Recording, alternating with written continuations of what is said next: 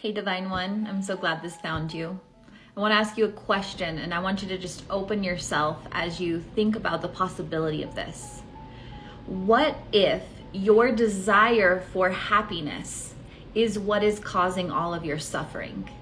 And by that I mean your lack of ability to be in awe and gratitude of whatever's happening in the present moment is what's keeping you from enjoying life. I think a lot of times, especially when we're on this spiritual healing journey, we can come up here to the mind and want to figure things out, right? But there's that old adage that says anxiety is simply you living in the present and depression is simply living in the past.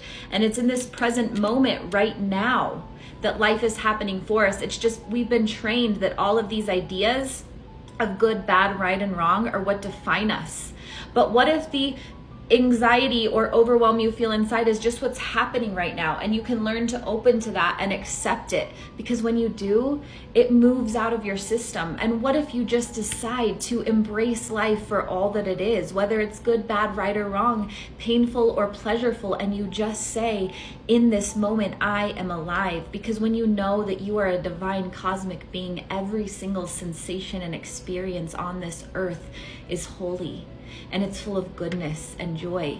It's just we have this idea from the world around us that happiness looks like something we can obtain or achieve. And happiness is something that resides within us always. It's the way that we respond to life, the way that we allow life to move through us.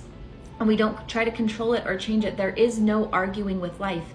It's going to happen. So you might as well enjoy it all. What do you think?